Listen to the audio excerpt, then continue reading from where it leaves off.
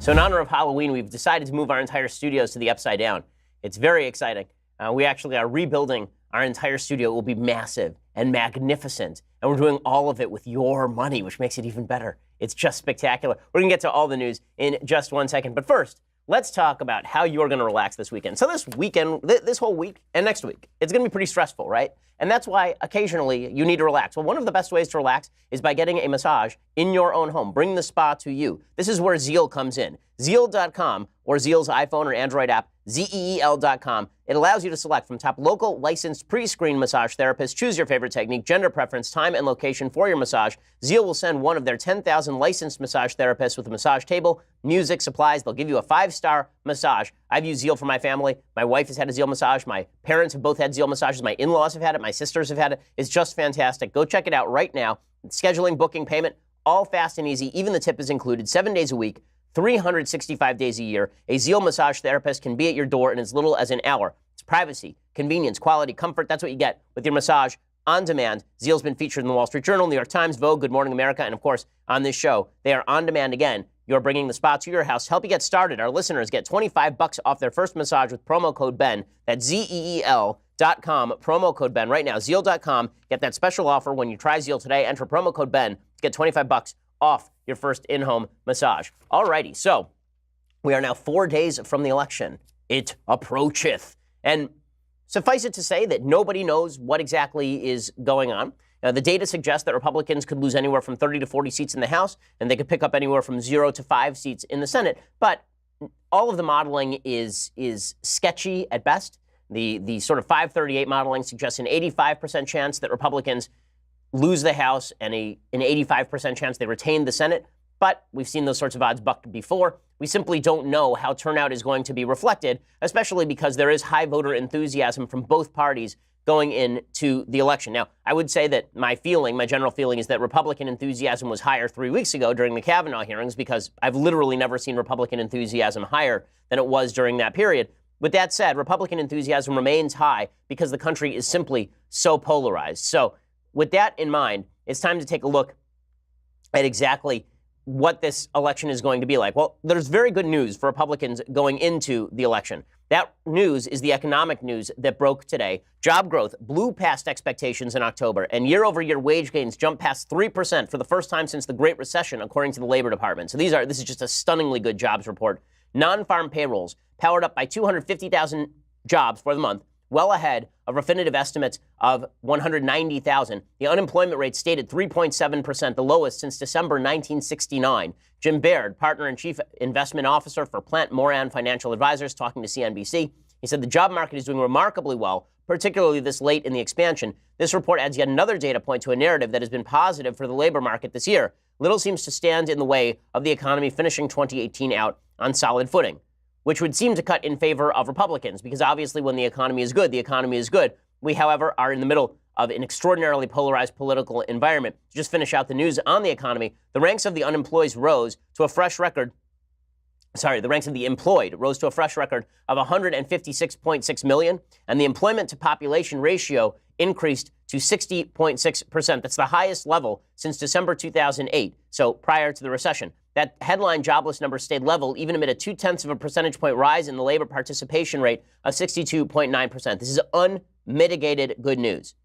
People counted as outside the labor force tumbled by 487,000 to 95.9 million, but wage growth is the biggest story. Average hourly earnings increased by 5 cents an hour for the month, 83 cents year over year. That's a 3.1% gain. The annual increase in wages was the best since 2009. It outstripped inflation, so that means a real wage growth. That number is being watched closely by the Federal Reserve, which has been increasing its benchmark interest rate.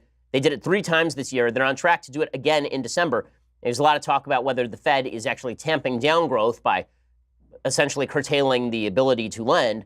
But suffice it to say that if the economy is this strong with a tighter Fed, that means that the economy is really busting loose. It's doing some pretty amazing things. And that is largely thanks to consumer confidence being extraordinarily high. It's due to the fact that a lot of voters and citizens feel that their money is not going to be taken away from them with a Republican Congress and a Republican president. All of this should cut very much in favor of the Republicans. And indeed, the Republicans do have a serious shot at keeping the House, even though the odds are stacked against it. So Sean Trend, who's an elections analyst over at Real Clear Politics, He has a really good piece over there talking about what it would take for Republicans to retain the House. Here's what he says.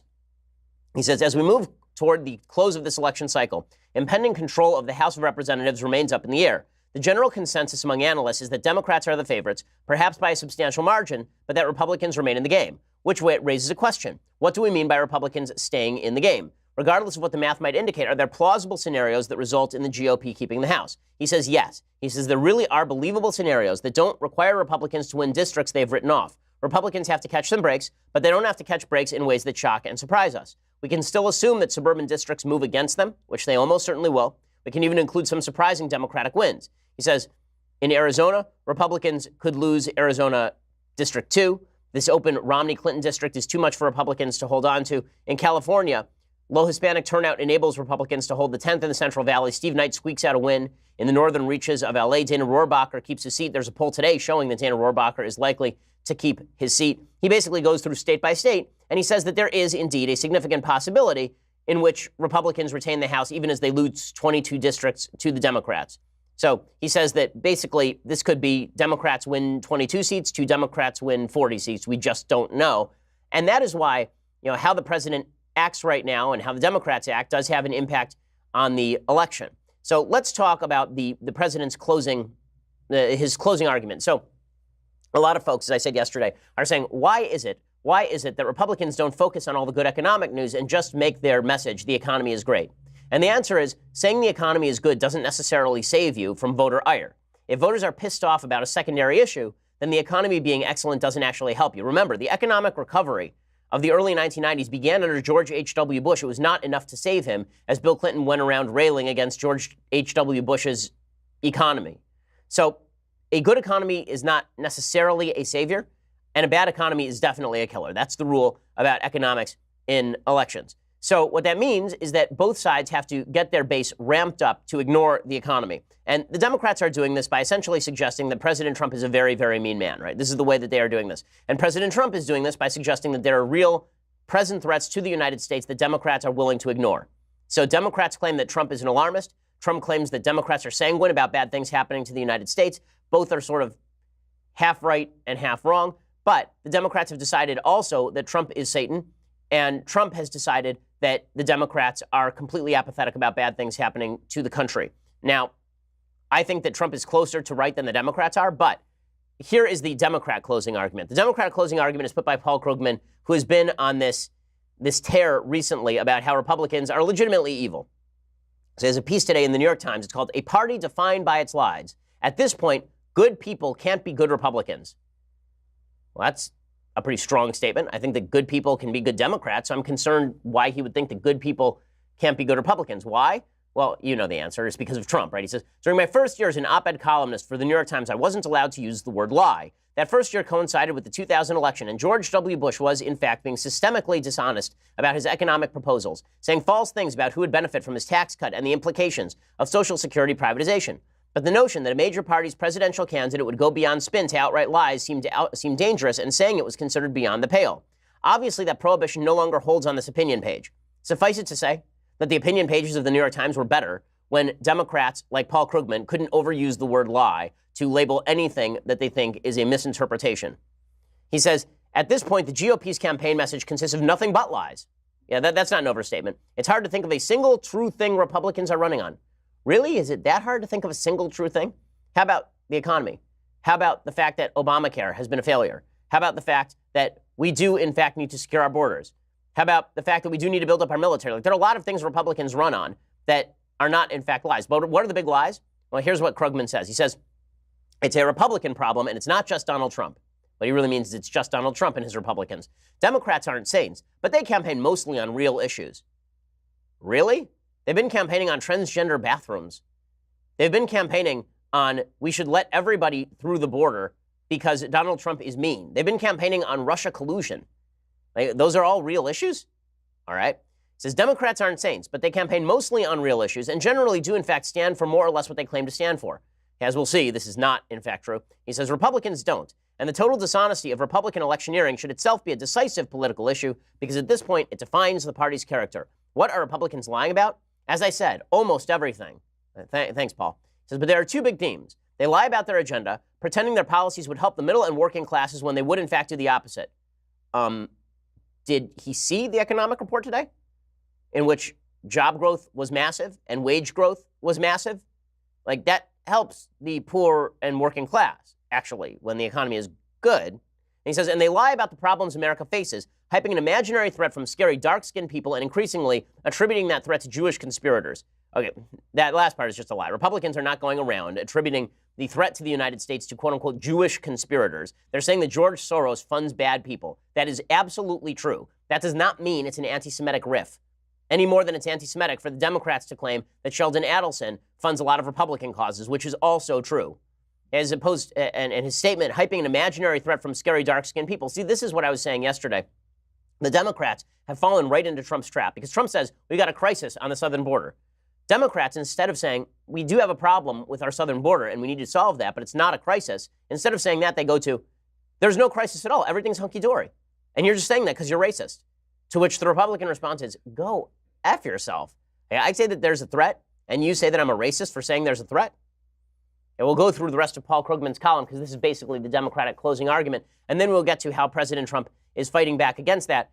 I also want to make a couple of comments about his statement that Democrats are telling the truth about their agenda. As we will see, this is eminently untrue. But first, let's talk about how you're going to pay off those credit card bills. So let's be real. Credit cards have been telling us for a long time, credit card companies, that you should buy now and pay it later. But the problem is that those interest rates skyrocket, which is why you should be consolidating your debt and paying off your credit cards with one fixed monthly payment with Lending Club. Since 2007, Lending Club has helped millions of people regain control of their finances with affordable fixed-rate personal loans. No trips to a bank, no high-interest credit cards. All you have to do is go to lendingclub.com. You tell them about yourself, how much you want to borrow, pick the terms that are right for you. If you're approved, your loan is automatically deposited into your bank account in as little as a few days. Lending Club is the #1 peer-to-peer lending platform with over $35 billion in loans issued. Go to lendingclub.com/Ben. You can check your rate in minutes, borrow up to $40,000. That's lendingclub.com/Ben. Again, lendingclub.com/Ben. All loans made by WebBank, member FDIC, equal housing lender. Now, there are a lot of reasons you might need a quick swing loan at a decent rate. That's where Lending Club comes in. Again, you can check that rate in minutes and you can borrow up to $40,000. So if you've racked up credit card bills, then it's absolutely imperative to go check out Lending Club. Lendingclub.com/Ben. Go check it out right now. Okay, so Paul Krugman of the New York Times continues. He says, what Republicans truly stand for and have for decades is cutting taxes on the rich and slashing social programs. Sure enough, last year they succeeded in ramming through a huge tax cut, aimed mainly at corporations and the wealthy, and came within one vote of passing a health reform that, according to the CBO, would have caused 32 million Americans to lose health coverage. Well, no, that is not what the CBO report actually said. What the CBO report actually said is that a bunch of people who had individual plans before and now have to be covered by Obamacare would no longer have Obamacare and presumably go back to individual plans. So that is not actually what the CBO said. He says, selling racial fear was easier in the early 1980s and 1990s when America really was suffering from high levels of inner-city crime. Since then, violent crime has plunged. What's a fearmonger to do? The answer is lie. And here's where Krugman gets to the center of his contention that only bad people can vote Republican. The lies have come nonstop since Trump's inauguration address, which conveyed a false vision of American carnage. But they've gotten ever more extreme, culminating in the portrayal of a small caravan of refugees still 1,000 miles from the border as an imminent menacing invasion, somehow full of diseased Middle Eastern terrorists. Now, as I've said, do I think that the threat of the caravan is exaggerated? I do, because last time there was a caravan, by the time it reached the United States border, it was like 200 people, and they showed up asking for asylum at a border patrol station, and then they were processed, and most of them were sent back. So is this an existential threat to the security of the United States? No, I don't think the caravan is, but it is symbolic, and it is obviously symbolic, and the fact that Democrats refuse to acknowledge the symbolism of the caravan, the fact that Democrats refuse to acknowledge that it is a stand-in for the broader issue of people crossing the border illegally without permission of the U.S. government, making themselves at home, sometimes having criminal backgrounds, that's why Democrats are not resonating with the American people on this issue. And Krugman then says, there's an added insinuation that sinister Jewish financiers are the real culprits behind this invasion. Well, no, it turns out that demonizing George Soros is not anti-Semitic. Demonizing George Soros may be bad, but there's a difference between bad and inflammatory and anti-Semitic. He says, those who remain in the Republican Party are either fanatics willing to do anything in pursuit of power or cynics willing to go along with anything for a share of the spoils. Or possibly a bunch of people who don't want anyone like Paul Krugman anywhere near the levers of power. Because the Democrats have shown themselves to be utterly irresponsible. People like Paul Krugman are completely wild.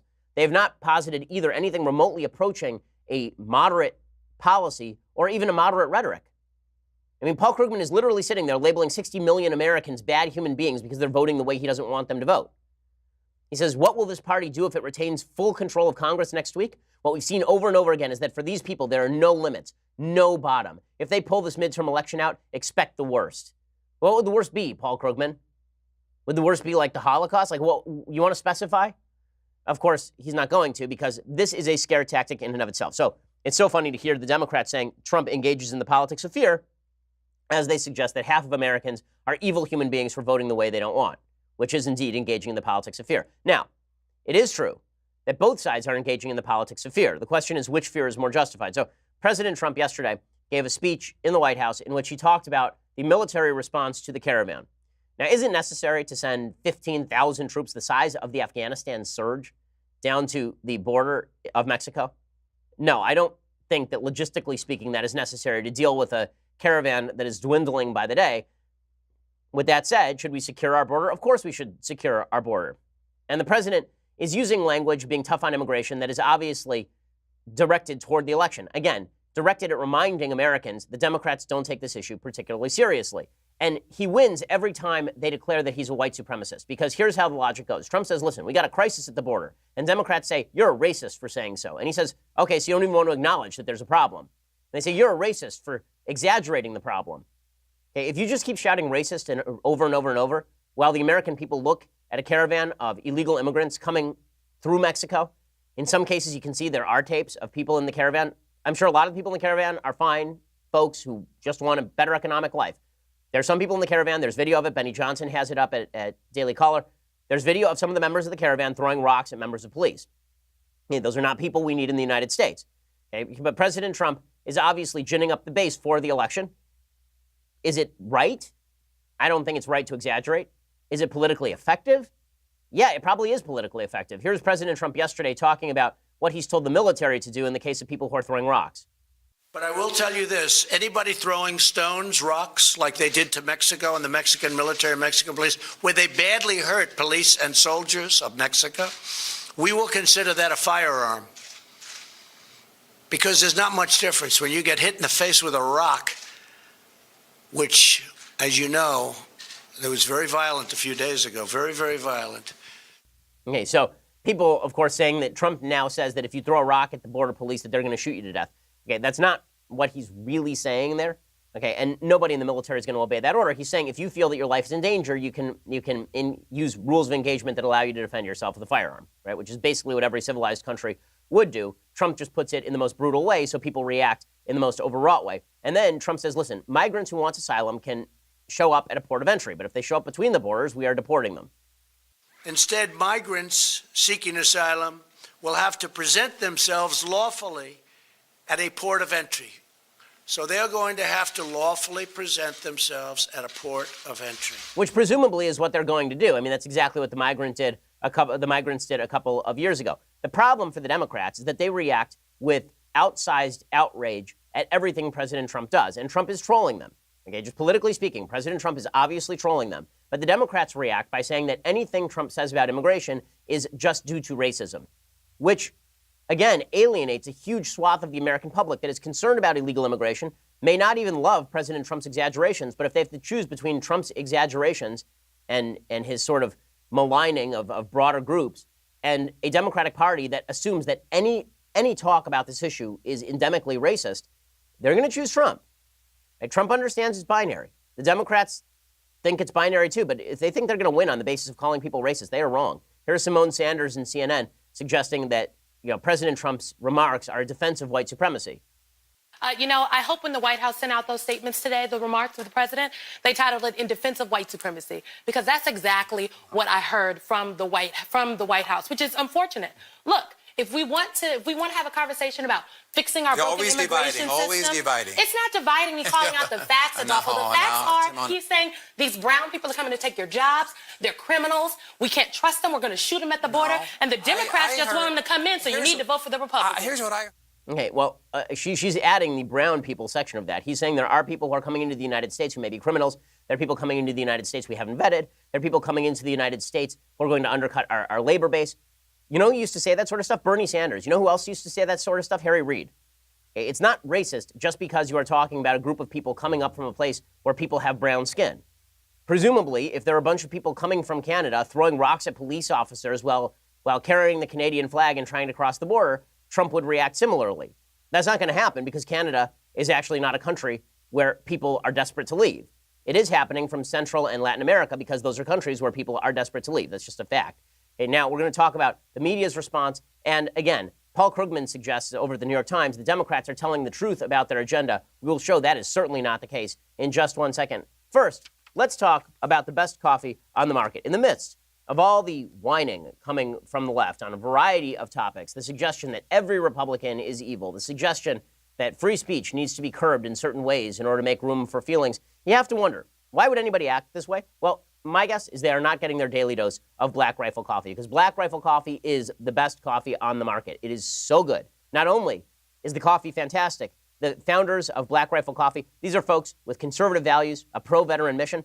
Black Rifle Coffee is roast to order. It guarantees you fresh, delicious coffee with every order. And Black Rifle Coffee gives a portion of their sales to vets and first responder causes. Black Rifle's Coffee Club makes things easy. Just pick your blend and the amount you want. Black Rifle ships your coffee right to your door every month, hassle-free. Nothing cures a bad attitude quite like starting your day with the most American coffee in America. Black Rifle Coffee. Visit blackriflecoffee.com/Ben and you get 15% off your order. That's blackriflecoffee.com/Ben for 15% off. Go check it out right now. blackriflecoffee.com/Ben. Again, 15% off your order. Also, you're helping a company founded by vets. It's a great, great company. Go check it out right now. blackriflecoffee.com/Ben. So the media are so upset about Trump, they don't even want to play. They don't even want to play his ad. So we talked yesterday about an ad that President Trump put out that showed a guy named Luis Bracamontes, who was an illegal immigrant who entered the United States a couple of different times, once under Clinton, once under Bush, remained under Obama, killed a couple of police officers, and Trump linked that to the illegal migrant caravan that is coming up from the South. And people immediately jumped to racist. Here's Wolf Blitzer, an objective journalist, being objectively journalismic, right? Suggesting that he doesn't even want to play the ad. It's just so terrible, I can't even play it. I can't play it. I mean, it's just that bad. It's just, everything's terrible.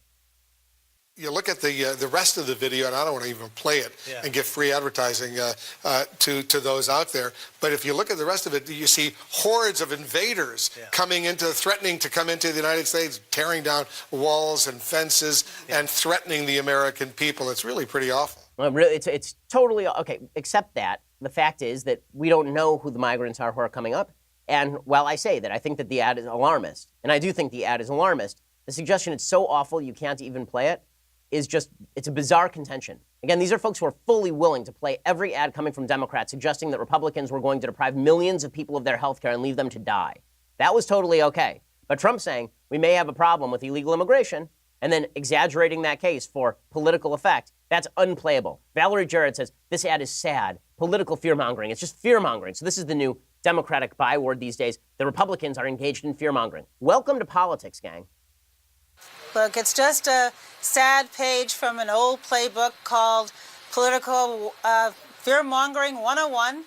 We've seen it used time and time and time again. It's designed to scare people and to motivate them to not focus on the issues that are really important, to distract them from issues that, as I travel around the country, I hear about from everyday Americans. Okay, if you're actually hearing the issues that everyday Americans care about, they do care about illegal immigration. They do care about the economy. Again, Democrats suggesting that they are on their high horse about fear-mongering it's just astonishing. There's a really good post by Noah Rothman over at Commentary Magazine in which he goes through this. He says, the Washington Post declared that Trump and the GOP have settled on fear and falsehoods as a closing argument, with a little racially tinged rhetoric as a topper. He says, on health care and entitlements, the report noted the GOP has shown a willingness to instill fear in their electorate. You see, Republican lawmakers are suddenly supportive of protections for pre-existing conditions, despite their oppositions to the ACA. And then he goes on to talk about all of the supposed Republican fear-mongering, and he says, these articles have a point. Donald Trump's attempts to suggest that radical Islamist terrorists from the Middle East had infiltrated a caravan of asylum seekers traveling north through Mexico from Honduras is fear-mongering. The Times is on solid ground when it impugns efforts by Republican candidates to cast Antonio Delgado, a Rhodes Scholar who toyed with a career in music, as a big city rapper. And just as all these articles note, election year efforts by the incumbent party to stoke baseless fears is a pretty standard tactic. And yet you would be hard-pressed to find such ubiquitous denunciations of Democratic efforts to instill in the minds of voters a near existential fear of the GOP. And then he just lists off all of these fear tactics used by Democrats. Right? In 2010, Republicans were admonished for circulating RNC-approved documents that labeled President Obama a socialist. The GOP's candidates were scolded for criticizing Barack Obama's support for the construction of a mosque near Ground Zero in Manhattan. ABC News savaged Republican candidates who attacked Democrats for supporting programs that outsourced American jobs and exported American capital to China. A party with its back against the wall routinely resorts to fear tactics. For much of the last decade, that was the Democratic Party. The Agenda Project accused the GOP of wanting to eliminate Medicare in 2011, and they illustrated that by showing Paul Ryan tossing an elderly woman off a cliff. In 2012, Vice President Joe Biden accused the GOP of seeking to reinstitute black slavery. Senator Bernie Sanders said Republicans sought the elimination of the Department of Veterans Affairs and Social Security in 2013. DNC Chairwoman Debbie Wasserman Schultz summarized the Republican platform as "let's kick women and immigrants out of the country" in 2015. Hillary Clinton followed suit, claiming that Ted Cruz had tried to ban contraception. Okay, so all of the fear-mongering, welcome to American politics, where this sort of stuff happens all the time. And it does raise a severe question for the Democrats that they don't want to deal with, and this is why they're going to simply shout racist. What would you do with this caravan of migrants? What would you do with folks who are seeking asylum and are coming here not because they actually are being targeted by any sort of political violence, but because they are looking for more economic opportunity and don't have any intention of assimilating? What would you do with those people? Well, the answer for Democrats is they won't answer the question or they'll lie about it. So just today, a group of caravan migrants from Honduras filed a class action lawsuit against President Trump and various government agencies, including Homeland Security, for violating their Fifth Amendment due process rights if the government turns the caravan away, as Trump has signaled he intends to do. The lawsuit was filed by 12 Honduran nationals, and it maintains that since the migrants are coming from 3 countries, Guatemala, Honduras, and El Salvador, suffering human rights crises, some migrants have grounds for admission as asylum seekers. By turning them away without fully hearing their asylum claims, they contend, the president and his administration are infringing upon their rights under the Administrative Procedures Act and the Declaratory Judgment Act. This is according to James Barrett over at Daily Wire. Though the Constitution applies to those living legally in the U.S., legal precedent has applied due process to aliens in deportation proceedings. So the lawsuit, Democrats are going to have to answer. Do they think that these folks should be able to sue their way into the United States?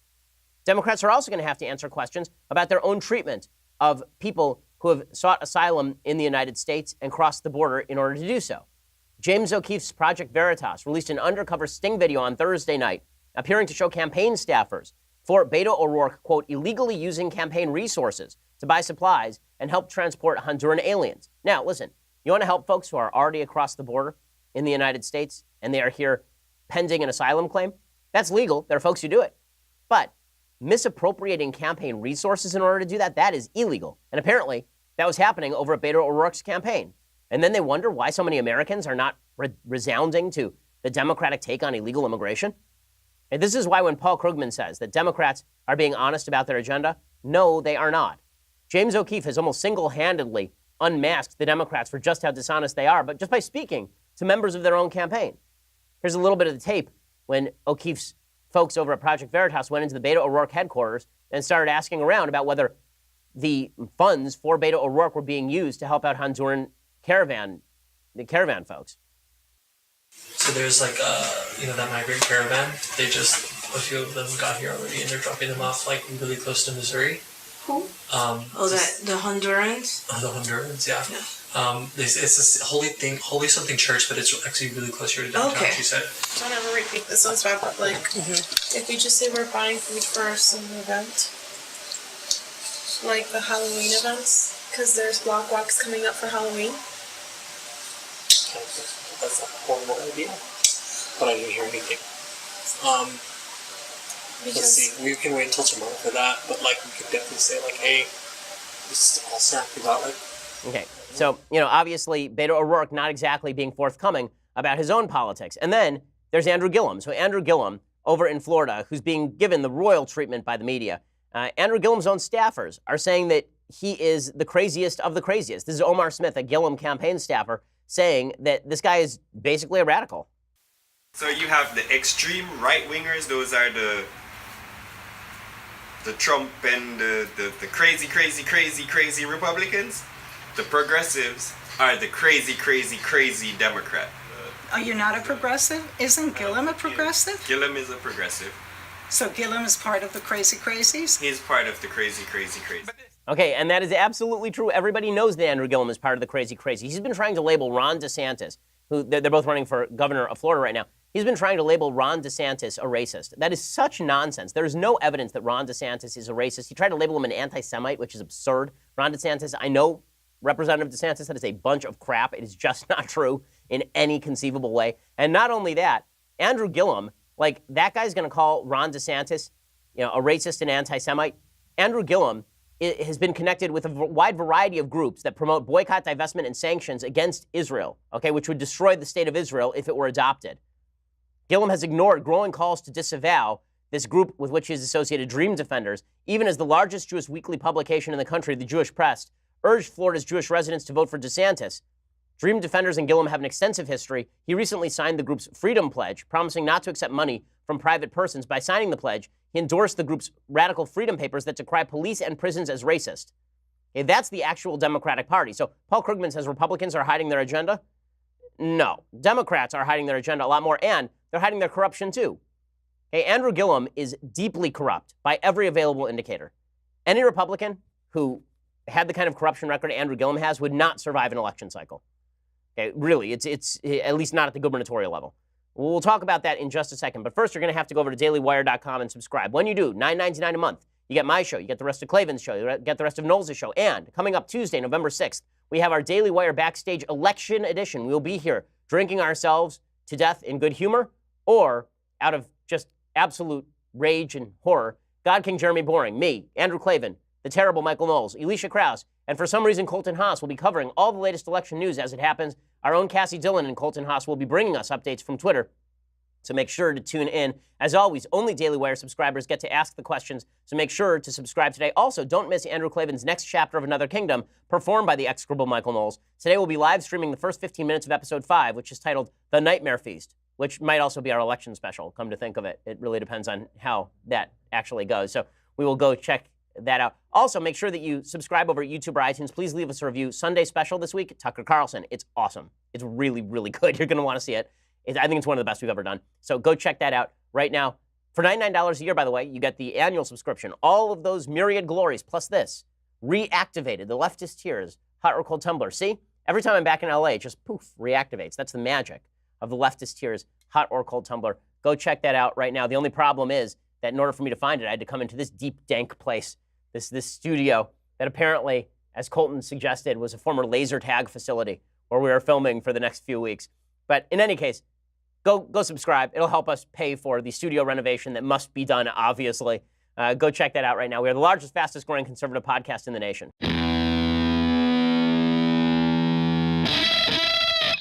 Okay, so let's talk about Andrew Gillum's campaign for just a second. So the dude has an FBI problem, and the mainstream media have been ignoring it, like really ignoring it in a major way.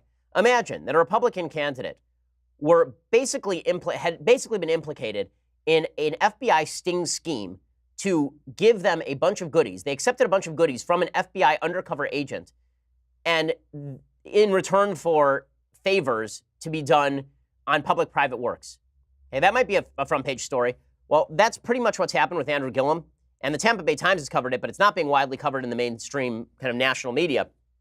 Here's what the Tampa Bay Times says. Starting in 2015, FBI agents came to Tallahassee, he was the mayor of Tallahassee, posing as businessmen considering investments in the city. The three men, who reportedly identified themselves as Mike Sweets, Mike Miller, and Brian Butler, spent months cozying up to city officials and people close to them. The FBI investigation, based in part on their undercover work, has yielded several rounds of subpoenas, but no charges as of yet. A slew of Tallahassee officials and insiders have been named in those subpoenas over the past year.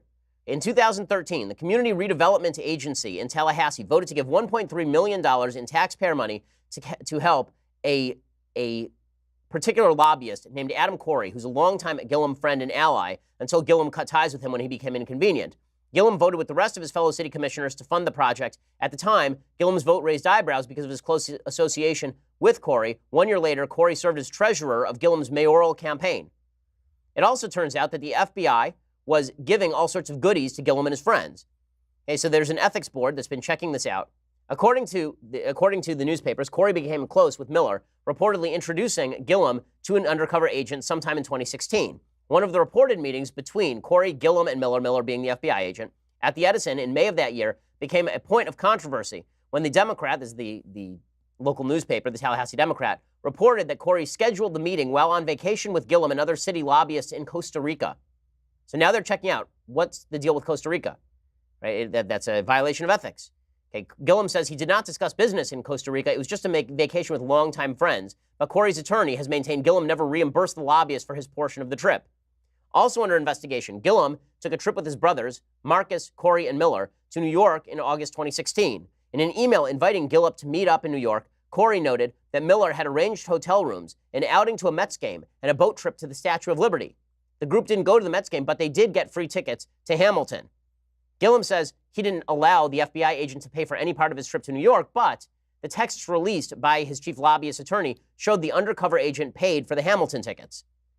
So bottom line is that theoretically, this FBI agent solicited help from a lobbyist who proceeded to allow payoffs to go through to Gillum, who then helped vote for this project that helped the lobbyist, right? That's the basic scheme here. And the mainstream media are basically ignoring all that. I have to ask why it is that Andrew Gillum is getting this sort of attention when John James, the Republican senatorial candidate in Michigan, who's a black former Air Force pilot, is getting very little attention running a very competitive race in a purple state in Michigan. And the answer has to be that the media love Andrew Gillum because Andrew Gillum is a future Barack Obama in their view. He is very radical in his politics. So when Democrats tell you they are not lying about their own agenda, that is simply not true. They are, in fact, lying about their agenda on a fairly regular basis. And when they are honest about it, it doesn't go well for them. So John Tester, who's a senator from Montana, he was asked about gun control. He basically admits it doesn't even work, and he wants it anyway. This is how radical Democrats are. Here's what he said. He was asked in June about all of this. He said that gun control would not stop school shootings, but it's going to help. Okay, so this is the way that Democrats push. They push their policies regardless as to whether those policies are actually effective or not.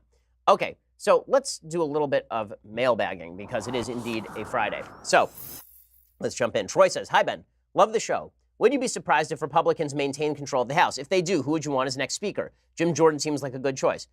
I really like Representative Jordan. I think that he was falsely maligned by the press. I don't see any reason Jim Jordan wouldn't make an excellent Speaker of the House. I'm not opposed to Kevin McCarthy as Speaker of the House, even though there's been a lot of talk about him being too squishy.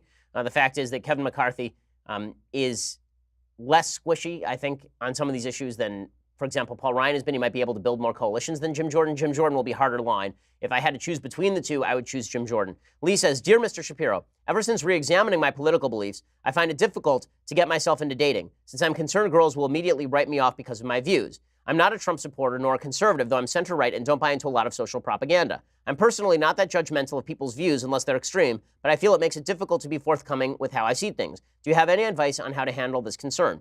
Well, it depends. I mean, if you are dating for marriage, then you obviously need to put your values at the center of your dating life. And that means discussing issues of deep concern to you and how you want to raise your kids. If you're just dating for quote-unquote fun, if you're doing that, then presumably you do what everybody else does when they're dating for fun, which is you hide your crazy until a little bit later in the relationship. I don't think that you necessarily lead with your most extreme positions when you're talking with somebody you want to date, but you should make clear that you are of conservative political bent, that you have certain central values that you think are important to you. And then you have conversations about those values. Like when I started dating my wife, our very first date was a 3-hour date in which we discussed free will and determinism and talked about sort of central values. We didn't talk a lot of politics per se. We were talking sort of deeper levels than that. But I also knew that my wife was Orthodox, right? I knew my wife was an Orthodox Jew. So we already had certain central values in common, which is why I think that dating folks within your religious tradition is a very good idea as a general rule. When it came to politics, my wife used to be, I think, a lot more moderate on politics. So I remember one of our first dates, we talked about the death penalty and gun control. She was more pro-gun control at that time. She was also more skeptical of the death penalty than I was. But we were able to discuss those things, and she didn't think it was crazy that I was anti-gun control, and she didn't think it was crazy that I was in favor of the death penalty. We were able to talk all of those things through. So the real question is, can you talk those things through, or are you dealing with somebody who is going to throw you out because you disagree on these issues and is non-malleable on these issues? Maybe you'll be changed by her opinions, but you should at least be able to have the conversation. If you can't, it's no good. Edward says, hey, Ben, this week, one of my poli-sci professors taught extensively about Republicans and their disgraceful Southern strategy as if it were established fact. It seems like this line of thinking has been taught for so long, it just seems to pass as accepted wisdom. How do you rebut these claims? What really happened in the South to flip it from blue to red? And why exactly do folks on the left still insinuate that the South is full of racist white men who would immediately turn back to slavery if given the chance? Thanks, love the show. Well, the last part is really the question, because the truth is that as the constituency in the South got younger, it got more Republican. So as the South got less racist, it also got more Republican. There are regional polls from Pew showing that all of the kind of malign talk about people from the South being more racist than people from other parts of the country is just not true. Racism is fairly equivalent to all the way across the country.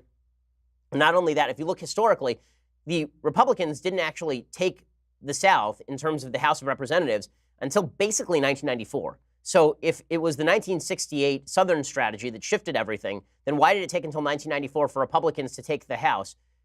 The trends are just not strong enough to suggest that race alone is what shifted all this. Now, was there a Southern strategy that was used by the Nixon campaign? Well, some members of that campaign have suggested that there was, and they've basically admitted that. Were there racial strategies used by Democrats at the same time? Sure, George Wallace was a Democrat, and the vast majority of people who voted racist continued to vote Democrat. Okay, so this notion that the Southern strategy is what completely changed the facts on the ground is similar. It's just not true. It's just not. It does not happen to be true. So there is a great piece by Dan McLaughlin from about 2012 called "The Southern Strategy Myth and the Lost Majority," and it basically suggests that this stuff is exaggerated. So it was. We can go through this a little bit. So here, let me go through a little bit of this. First, according to Professors Richard Johnston of the University of Pennsylvania and Byron Schaefer of the University of Wisconsin, the shift in the South from Democratic to Republican was overwhelmingly a question not of race, but of economic growth. The movement toward Republicanism in the South began in the 1950s, while the Eisenhower administration was forcibly desegregating schools. As the South industrialized, working-class whites and blacks remained Democrats until the 1990s. Here's the New York Times reporting on this. Quote, to give one example, in the 50s, among Southerners in the low-income tercile, 43% voted for Republican presidential candidates. In the high-income tercile, 53% voted Republican. By the 1980s, those figures were 51% and 77%. Wealthy Southerners shifted rightward in droves. Poorer ones did not. Sean Trend of Real Clear Politics agrees. He says the GOP gradually increased its support in the South from 1928 to 2010. And Dan McLaughlin says, as late as 2010, there were still states like Alabama and North Carolina that were voting in their first Republican legislative majority since Reconstruction, something that would have happened overnight in the late 60s if the partisan realignment had been driven by lockstep white voting loyalties along racial lines. So that's the data just are not there to support the idea that the entire South shifted Republican because of the race issue. Was it one of many issues? Yes. Was it the key issue or even a key issue? Probably not. Probably not. Okay, a couple more of these. Let's see. Jesse, what are your thoughts on conservative think tanks? The left obviously is willing to distort science to fit whatever that ideology is at the moment. And I think it's important to have institutions that are somewhat protected from their assault. Personally, I love crunching numbers and analyzing data, so I also wonder how one goes about working at a think tank. Thanks for all you do. Well, you can get internships at places like Heritage Foundation or AEI. I have friends, I have relatives who have done that. I think that it is important for these institutions to be there. I get a lot of my data from think tanks on both left and right. The fact that there are people who spend their day actually diving into the numbers and the data is deeply helpful. I'm a big fan. Santino says, hi, Ben. I have a debate coming up against my university's Democrat club, and I've been dealt the topic of healthcare. What prominent figure on the left, in your opinion, holds the most substantial, solid perspective on healthcare? Essentially, who's Shapiro on the left I can listen to in regards to healthcare to better prepare myself? Thanks. Well, I believe that there's a guy named Matt Brunig, who is a big advocate of sort of Nordic socialism or Nordic democratic socialism, because democratic socialism has a capitalist root. And he talks about healthcare fairly regularly. The truth is that the spectrum of healthcare thought is not quite broken down along left-right. Like Avik Roy is a really good healthcare analyst, and he tends to be more right-leaning on some things and more left-leaning on others. He's kind of moderate. Ezekiel Emanuel, who was one of the creators of Obamacare, has written extensively about these topics. There are a bunch of studies out there that are worth noting, by the way, on healthcare and American healthcare in particular, some fibs that have been put out there. Number one, the fib that the U.S. spends grossly more per capita GDP on healthcare than any other country. We also make grossly more money. If you actually were to chart a line among industrialized countries as to income versus healthcare spending, what you see is basically a straight arithmetic relationship, meaning that as GDP increases per capita, so does healthcare spending, and the United States is basically right along that line. We're not wildly overspending on healthcare. the other point to be made is that when people talk about life expectancy in the United States is low for spending this much money, well, not when you remove car accidents and murders, both of which we have disproportionately here in the United States, and neither of which reflects on the U.S. healthcare system, right? All of that just reflects on people dying prematurely for reasons having nothing to do with healthcare. So those are a couple of facts that you should have in your back pocket. I would recommend there's a good book called Mortal Peril by Richard Epstein, all about the quote-unquote right to healthcare that's worth reading. And there are a bunch of good sources on healthcare that are worth checking out. Mitchell says, Ben, I recently decided to go back to school for a degree in engineering. Being 30 and back in college, I have a different look on things than my peers. Needing to take a college writing course, we were presented with our final project this week. We are to choose a topic pertaining to the workforce and create a persuasive research paper regarding our topic. I informed my instructor I intend to research why the gender pay gap is a myth. This did not go over well. A few of the students and the instructor became very unhappy that I could even think such a thing. I was then told that in the spirit of the project, I would not be allowed to continue with the topic because it is considered too offensive. So my question is, if this is supposed to be a persuasive paper, wouldn't this fit the criteria, and what makes this offensive? Also, the only thing I can think of is they believe I'm attacking their victimhood. Any advice on another topic I could do? Well, I mean, dude, you knew when you said that you were slapping them right in the face. I mean, obviously, if you had just said, listen, I want to research the pay gap, and then come to the conclusion the pay gap may be a myth, then maybe they'd let you get away with it. But yeah, obviously, there's nothing sexist or offensive about the idea the pay gap is a myth. The pay gap is a myth by all available data. So that is just, again, this is people taking offense at facts. I just did a speech in British Columbia at the University of British Columbia in which I began the speech by saying, facts are not offensive. And then I just read basically a list of facts, and people got offended because that's what happens when you say things that are factual that people do not like, unfortunately. So as far as other topics that you could do, I think that there are a lot of topics that you could do, but if you want one that's not going to offend people all that much, then you're going to have to pick something that is outside the realm of the quote-unquote offensive. You might do one on where you think that it is necessary for the government to start thinking about global warming, for example, because that's more of a nuanced topic. The current Nobel Prize winners have some great papers on that particular topic. It cuts against a lot of leftist preconceptions. You can go back and listen to our show a couple of weeks ago. We talked about it. Okay. Time for some things I like and some things that I hate. So this entire week, because of the Pittsburgh shooting, we've been doing Jewish nigunim, meaning kind of Jewish tunes that are used in prayer a lot. This one is a very famous one. It's actually an old Hebrew lullaby, and it comes from the book of Genesis in the portion when Jacob's giving a blessing to Menachem and Ephraim, the sons of Joseph.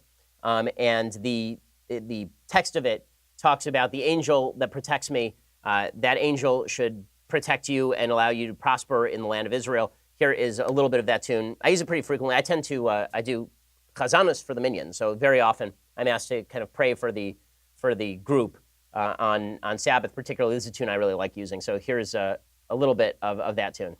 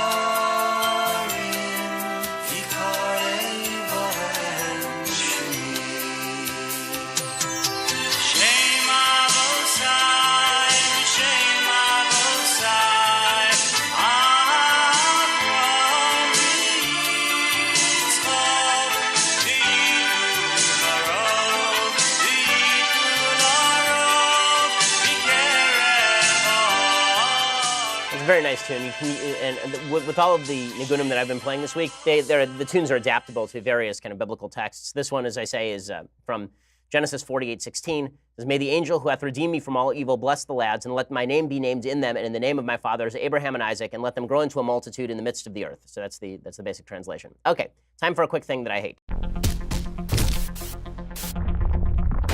Okay, so this is pretty spectacular. Apparently, an actor who has appeared on the television shows Better Call Saul and Longmire admitted to a local news outlet on Monday he severed his arm and lied about how it happened by posing as a war veteran.